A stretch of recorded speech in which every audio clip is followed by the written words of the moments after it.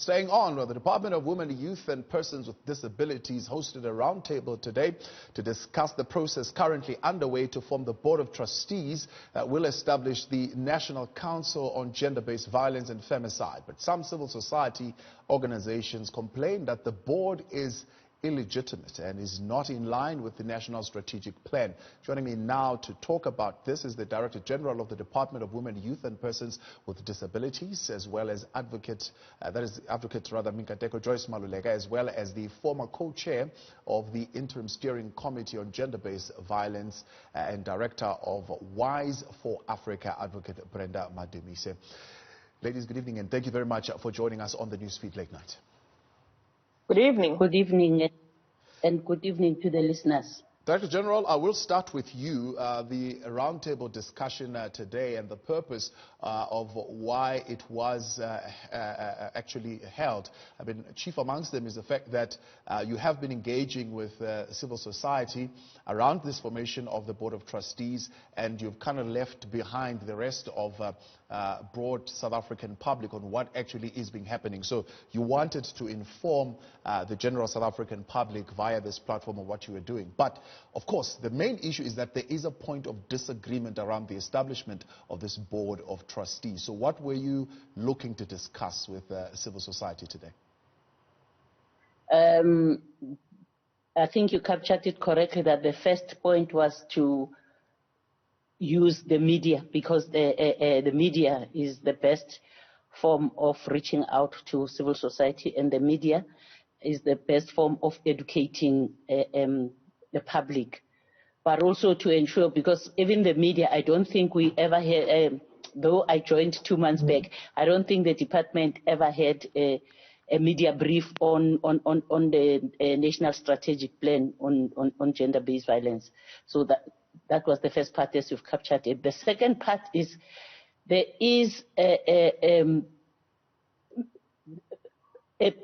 I'm not sure whether to say a disagreement or whatever. Even before you even say disagreement with the department, but also disagreement within civil society itself, because some are saying implement, meanwhile we're waiting for legislation. Others are saying you don't implement at all, you wait for the legislation.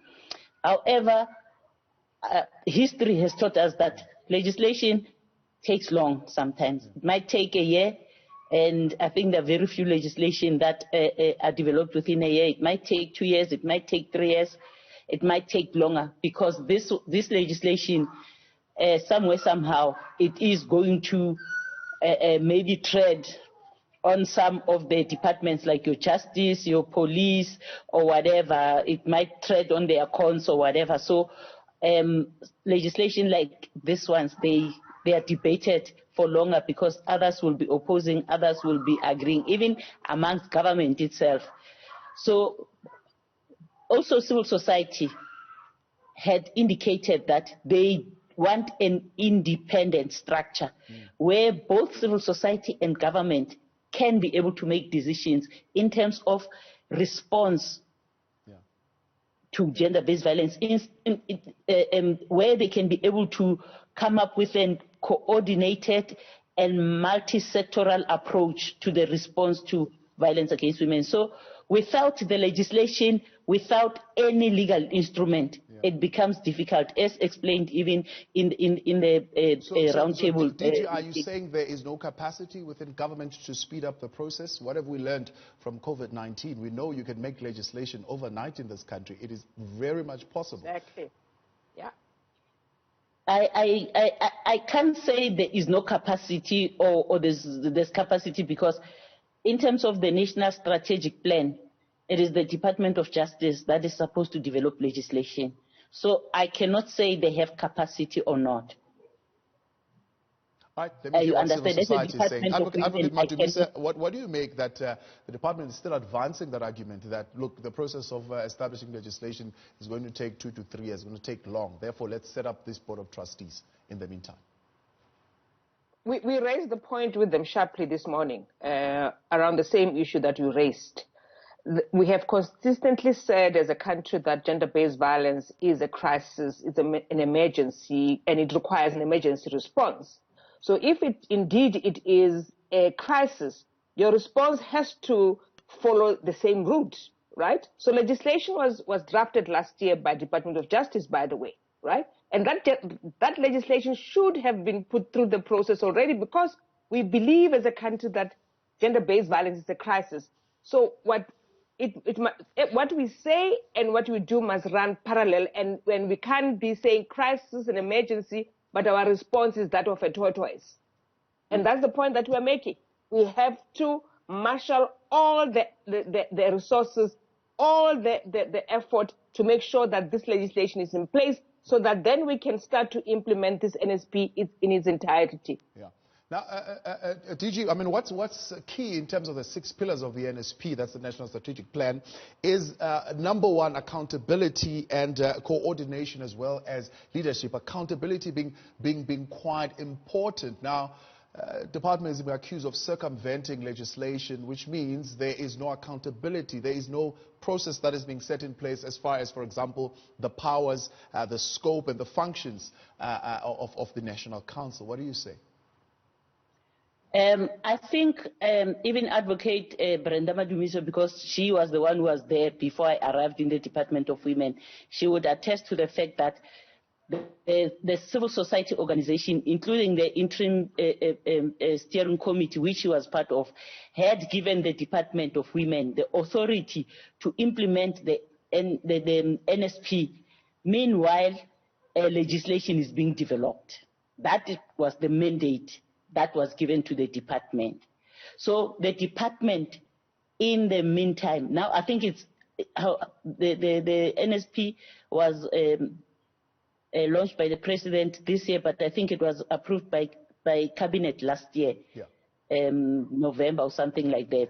It has not yet been implemented according to the way it says, because the NSP says the implementation must be coordinated between government and civil society. Yeah. Now, there are that is not happening because civil society. I mean, there are civil society organizations who are already implementing the NSP, and they are saying they are not being funded. At least the emergency 1.6 billion rand fund is not getting through to them. I think the 1.6 billion, I thought that has been put to rest. There's no 1.6 billion that was given to the Department of Women. The 1.6 billion, departments had to reprioritize within the department. Justice had to reprioritize to focus the money to Zella care centers and whatever. All government departments that are responsible for gender-based violence, the police, social development, had to reprioritize the money. There is no money that was taken out. I think it's about time that people of the media and also civil society call the National Treasury to come and account about 1.6 billion, because that is one of the things that makes people angry. There is no 1.6 billion that has been set aside for civil society organization. What happened? The Department of Social Development applied for 50 million from CARA. The CARA is the crime proceeds fund, and then the Department of Social Development also committed to contribute 100,000, but civil society were complaining today that not all of them have received that money. Yeah. So 150 million was the one that was dedicated to civil society. There's no 1.6 billion. I think it's about time that you guys call the National Treasury to come and say. Advocate Madumisa, what is your reaction to that? There is no 1.6 billion to the ERAP, the Reaction Action Fund.